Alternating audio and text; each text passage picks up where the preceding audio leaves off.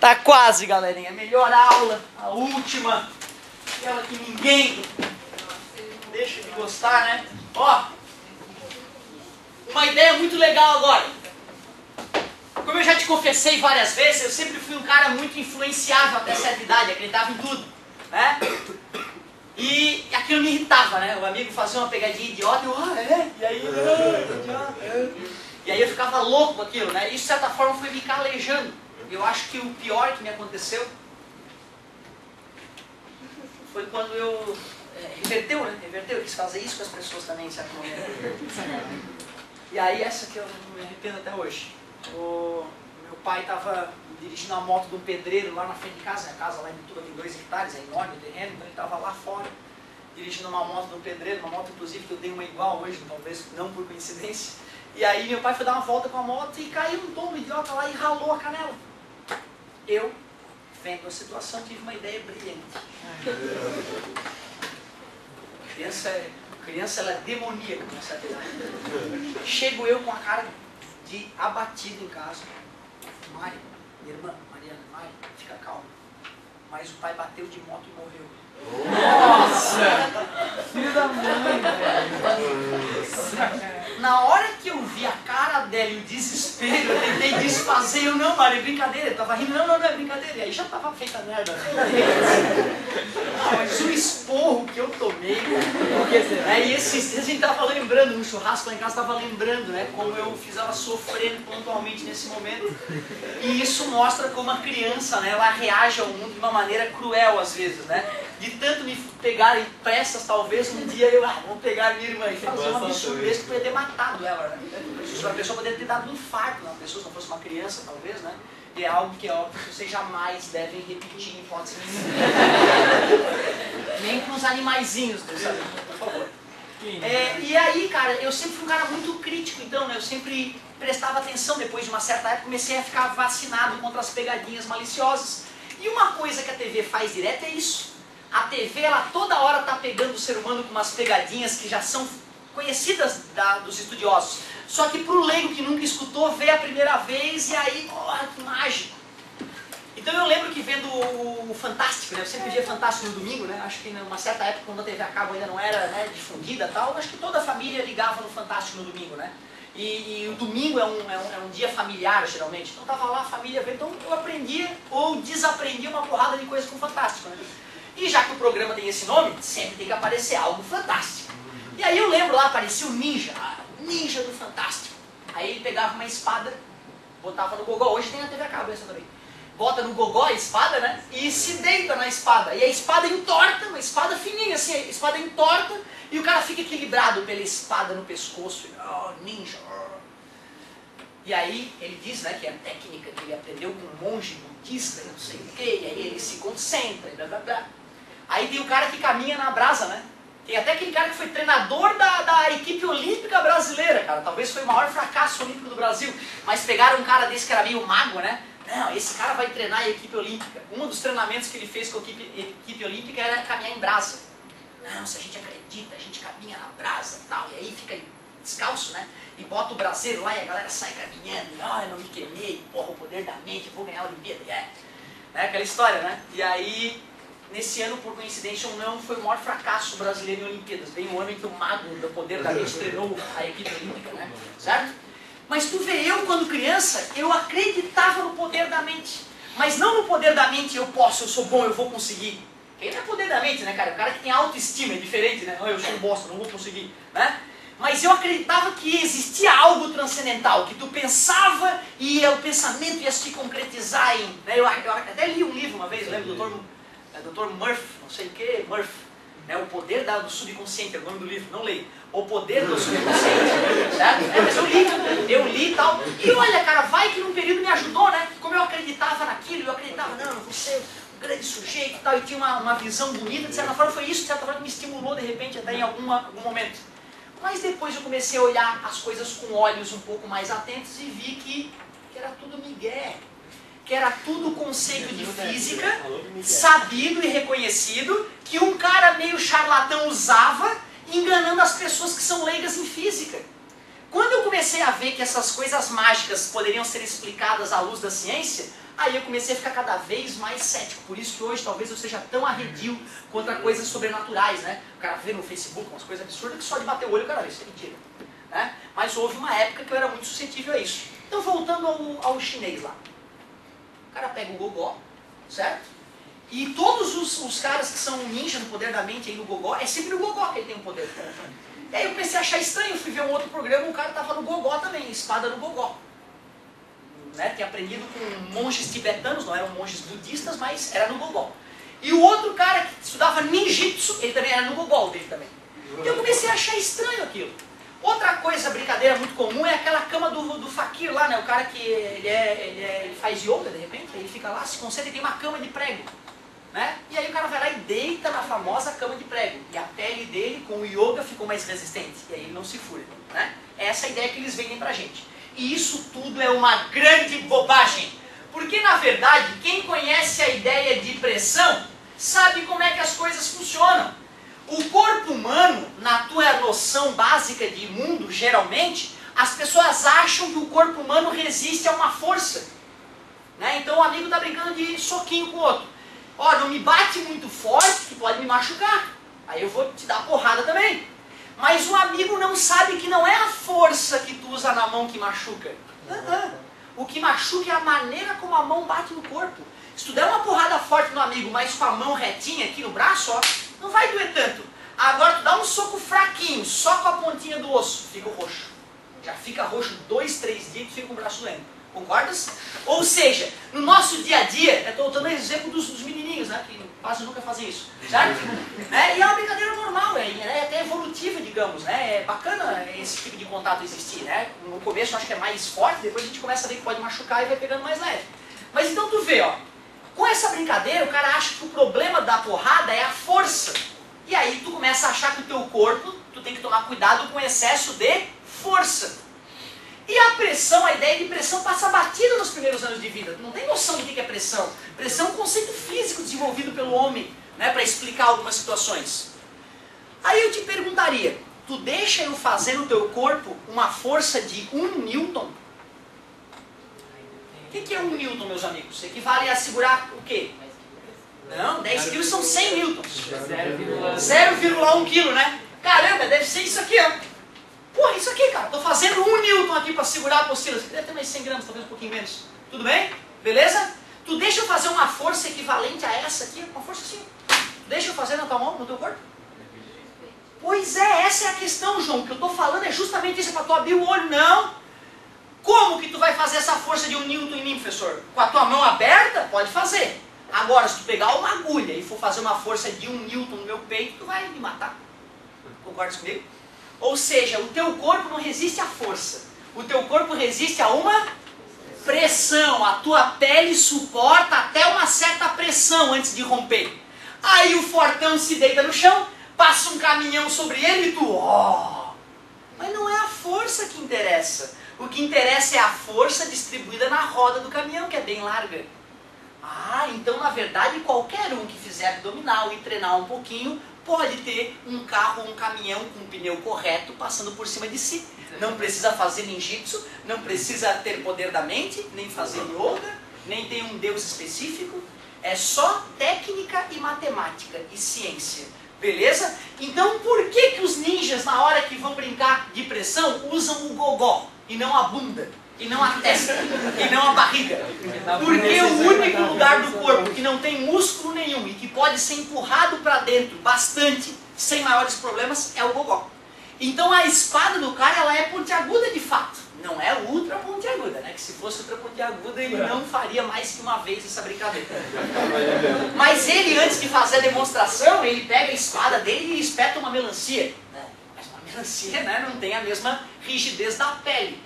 E aí, quando o cara bota a espada no gogó, e o gogó é empurrado para dentro, o que acontece é o seguinte, ó, tá aqui a ponta da espada, certo? Se encostar assim numa superfície plana, aí a pressão é enorme, porque a área de contato é mínima, né? Mas como a pele ela é flexível, quando tu encosta isso no gogó, entra em contato toda essa região. Aí já não é mais uma ponta, é um monte de área que está em contato com o gogó do cara. Não vai furar. E ele calculou. Ele não, né? Mas provavelmente o engenheiro responsável pela apresentação calculou e garantiu que aquela pressão não ia superar a pressão de ruptura da pele daquele sujeito. Outra, depois de treinar algumas vezes deve aparecer um calinho ali, né? Concorda? Se tiver um calinho ali já deve ser mais difícil furar, né? Concorda? Você tenta furar a palma da tua mão com uma agulha e o calinho da tua mão com uma agulha. É totalmente diferente. Aí é claro, 10 anos treinando para essa demonstração, o cara se pendura na espada e nada acontece. Mesma coisa do fortão que o carro passa por cima. O engenheiro pegou a massa do carro, dividiu pelos 4 pneus e com uma régua viu lá, né? Tu teve que fazer isso, não foi? No pneu do carro e ver qual era a pressão. E disse, amigo, fica tranquilo, essa pressão aqui não vai te matar. Certo? Claro que ele poderia quebrar umas costelas se ele não tivesse feito musculação, se ele não tivesse feito um preparo físico, mas é importante que tu desacredite em coisas sobrenaturais. Meu filho é fã do Super-Humanos de Stan Lee. Já viu aquele programinha? Tem um programinha lá, né, na TV a cabo, que o Stan Lee, aquele criador dos super-heróis, né, dos gibis, ele pegou um outro guri lá, que é um cara super elástico lá, que tem uma elasticidade maior que o normal, ele tem uma síndrome, né, que deixa a pessoa com as articulações mais elásticas. Aí pegou esse cara para ele viajar pelo mundo descobrindo super-humanos. Meu filho fica louco. E aí o Caio sempre me pergunta, Caio, pai, tu acha que esse aí é super-humano de verdade? E eu explico, não filho, na verdade eu acho que qualquer outra pessoa com uma característica similar a dessa pessoa, se fosse treinado, conseguiria fazer isso. Aí meu filho fica louco, ah não papai, não, ele é um super-humano, não é possível, não dá para fazer isso. E na minha cabeça, se um fez, muitos fazem, certo? Para mim não existe, pode existir um cara, de repente, com uma tendência à inteligência maior que a dos outros, mas tu pegar um cara, de repente, que não tem aquela tendência e estimular, ele encosta no cara, ele encosta no ninja. E aí a gente tem que começar a treinar isso, porque quando a gente acredita em coisas sobrenaturais, em coisas do além, a gente fica muito suscetível a ser roubado ao longo da vida. Em tudo, desde o Polishop, certo? Aos remédios de emagrecimento milagrosos, certo? As revistas bizarras que mostram técnicas malucas, emagrecer tomando água, né? Aquela história toda. E isso tudo a gente calcula, a gente mostra na física como é que funciona. Inclusive emagrecimento por água. É emagrecimento por água. Eu vou te ensinar, ó, logo, eu vou te ensinar que para aquecer água, a fórmula que a gente usa é essa aqui, ó, o famoso quimacete. Massa da água, calor específico da água e adivinha o que é o delta tesão? Temperatura, não é o tempo não, é temperatura, variação da temperatura. Se eu sei a massa de água que eu vou esquentar, se eu sei o Czinho, que é a característica da água, e se eu sei a variação de temperatura, dá para calcular a energia que a água ganha ao ser aquecida. Tudo bem para vocês? Vai ser sendo, vai ser sendo. Só para te mostrar como é que funciona o emagrecimento por água. Então tu vai lá e tu toma 1 litro de água. Teu corpo está com que temperatura? No interior 37, mas 36 na pele ali. E a água, quando tu toma água? Pode ser, se for um dia quente, 25. Mas se tu quiser emagrecer mesmo, tem que ser água fria. Vamos tomar água a zero, trincando, bem gelado. 10, para não doer a garganta, pode ser? 10. Eu vou tomar 1 litro de água, são 1000 gramas, tudo bem para vocês? O Czinho da água, como eu vou te mostrar, é 1 caloria por grama grau Celsius. 1 caloria por grama grau Celsius. E a temperatura da água era quanto? 10. E quando ela entrar no meu corpo, ela vai passar para quanto? 36. Vai dar uma variação de 16, pode ser? De 10 para... 26, é isso? 26 vezes 1, 1. Vezes 1, 26. Com 3 zeros... É agora! 26.000 calorias! Sim. 26 vezes 1, vezes 1, com 3 zeros. Aí tu falou 26 vezes 1, 1 vezes 1, 26. Aí, beleza. Mas agora, no final eu falei 26 mil. Acontece direto. Quando eu estou tendo aula com o meu professor lá na faculdade, eu percebo que toda hora ele fala uma coisa e escreve outra. Como eu estou acostumado com esse processo, eu entendi. Aí quando eu não entendo é que eu pergunto. Mas é normal isso, e vocês devem sempre fazer isso, não fico magoado não. Então, ó, 26.000 calorias. Tá tudo bem o cálculo para vocês?